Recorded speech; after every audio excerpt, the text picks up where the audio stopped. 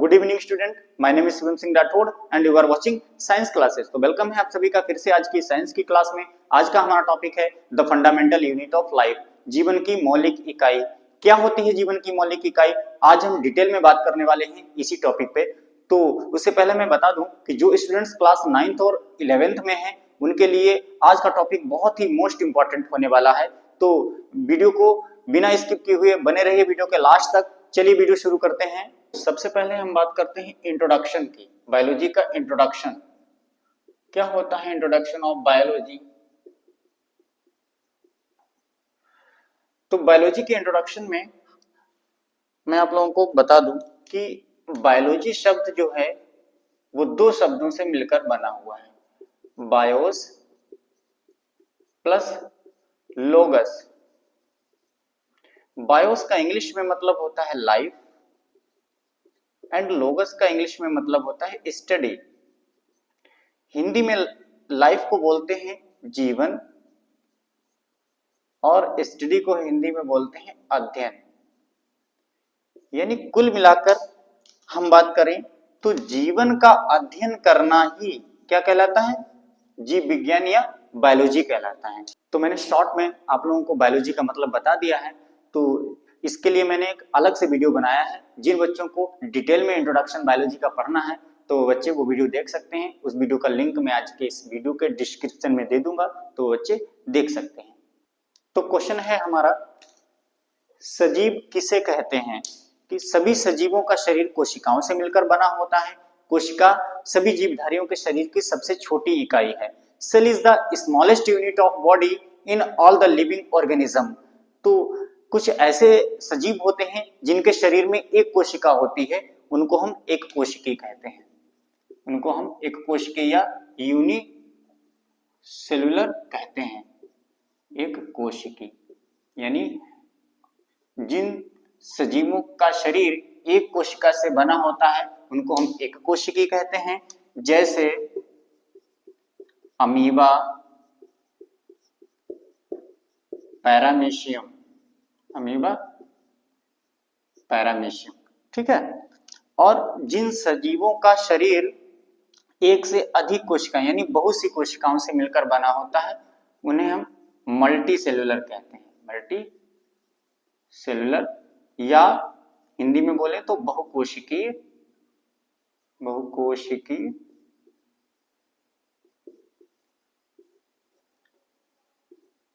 कहते हैं।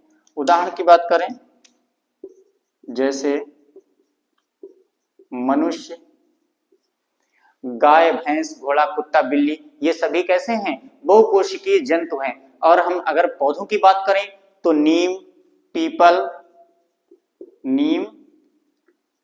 पीपल, बरगद आदि, ठीक है। तो ये सभी क्या हैं? ये सभी बहुकोशिकीय जीव हैं।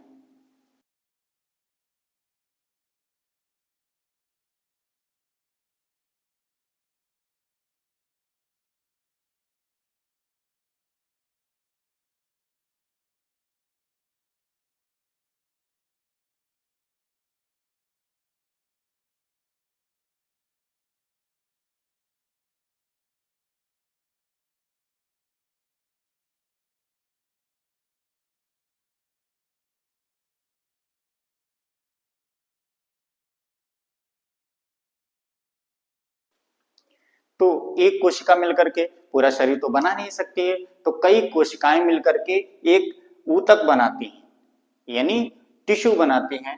तो कई टिश्यू मिलकर के अंग बनाते हैं, ऑर्गन बनाते हैं। और कई अंग शरीर के मिलकर के अंग तंत्र का निर्माण करते हैं, ऑर्गन सिस्टम बनाते हैं। कई अंग तंत्र मतलब जैसे शरीर में बहुत से तंत्र होते हैं, पाचन तंत्र, श्वसन तंत्र, परिसंचरण तंत्र, उत्सर्जन तंत्र, प्रजनन तंत्र, तंत्रिका तंत्र, बहुत से तंत्र होते हैं। तो इसी तरीके से कई तंत्र मिलकर के बनाएंगे शरीर यानी बॉडी का निर्माण करेंगे। पूरा शरीर किससे मिलकर के बना होता है? कोशिका से मिलकर के बना होता है। तो सभी सजीवों के शरीर की एक छोटी इकाई क्या हो गई? कोशिका हो गई। तीसरी हेडिंग है हमारी कोशिका की खोज। तो कोशिका की खोज किसने और कब की? सन 1665 ईस्वी में एक साइंटिस्ट आए जिनका नाम था रॉबर्ट हुक। इन्होंने बोतल की ढक्कन की कार्क में एक मधुमक्खी के छत्ते के समान रचना देखी, मधुमक्खी के छत्ते के समान संरचना देखी, जिसे इन्होंने सेलुला नाम दिया। क्या नाम दिया? सेलुला नाम दिया, और ये बाद में बदलकर सेल हो गया। ठीक है, चूंकि इन्होंने निर्जीव बोतल की ढक्कन की कार्क में कोशिका की खोज की थी, तो जाहिर सी बात है वो कोशिका कैसी होगी? निर्जीव कोशिका होगी। तो इन्होंने सबसे पहले किस कोशिका की खोज की? निर्जीव कोशिका की खोज की सन 1665 ईस्वी में। तो क्वेश्चन आता है 1 नंबर का, निर्जीव कोशिका की खोज किसने की? तो आपका जवाब होगा सन 1665 ईस्वी में रॉबर्ट हुक नामक वैज्ञानिक ने सर्वप्रथम निर्जीव कोशिका की खोज की। उसी प्रकार से हमारा दूसरा पॉइंट है ल्यूवेनहॉक, यानी एंटोनी वॉन ल्यूवेनहॉक। इनका पूरा नाम है, क्या नाम है इनका पूरा नाम? Antony von Leeuwenhoek. इन्होंने सन 1674 ईस्वी में सजीव कोशिका की खोज की, यानी जीवित कोशिका की खोज की। सबसे पहले इन्होंने तालाब का पानी लिया और स्वयं निर्मित सूक्ष्मदर्शी के द्वारा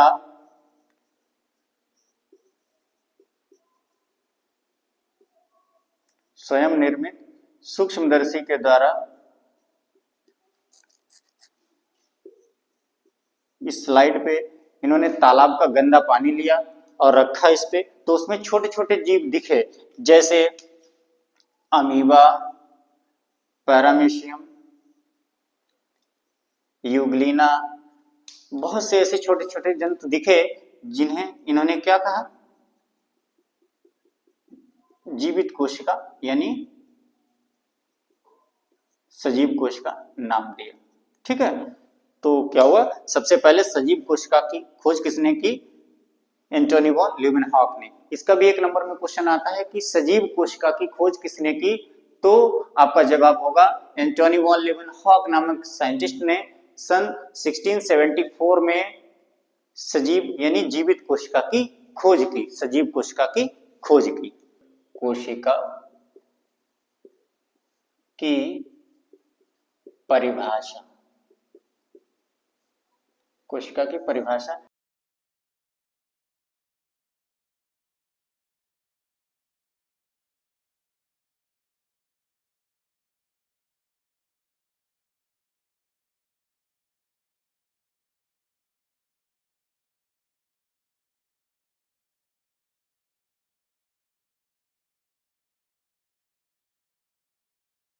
कोशिका सभी जीवधारियों के शरीर की सबसे छोटी इकाई होती है।